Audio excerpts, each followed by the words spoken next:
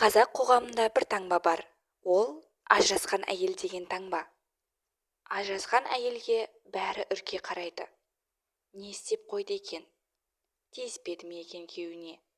Мінезі қиын болған шығар. Ал қоғам ешқашан сұрамайды. Қандай жағдай болды? Қандай күй кешті? Қанша рет кешірді?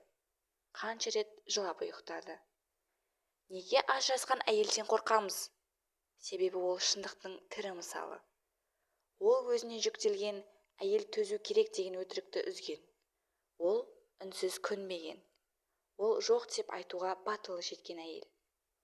Бірақ ажырасқан әйел бақыт іздеген адам. Ол өмірін қайта құруға күш тапқан, жүрегі жаралы болса да үмітін өшірмеген жан. Ол өз баласын жалғыз тәрбиелеп отыр. Ол таңертең жұмысқа барып, кешке үйге келіп, күлкі таратады. Ол әлсіз емес, ол өте күшті. Ажырасқан әйел бақытсыз емес, ол таңдау жасаған адам. Қоғам оян. Әйелдің тағдырын таңбалаумен емес, түсінумен өзгертуге болады. Ажырасқан әйел сенің апаң, қарындасың, қызың болуы мүмкін. Қолда қамқор бол. Себебі ол қорқынышты емес. Ол өмір үшін күрескен, өз қадірін қорғаған әйел. Ол жаңа өмір бастаған батыр.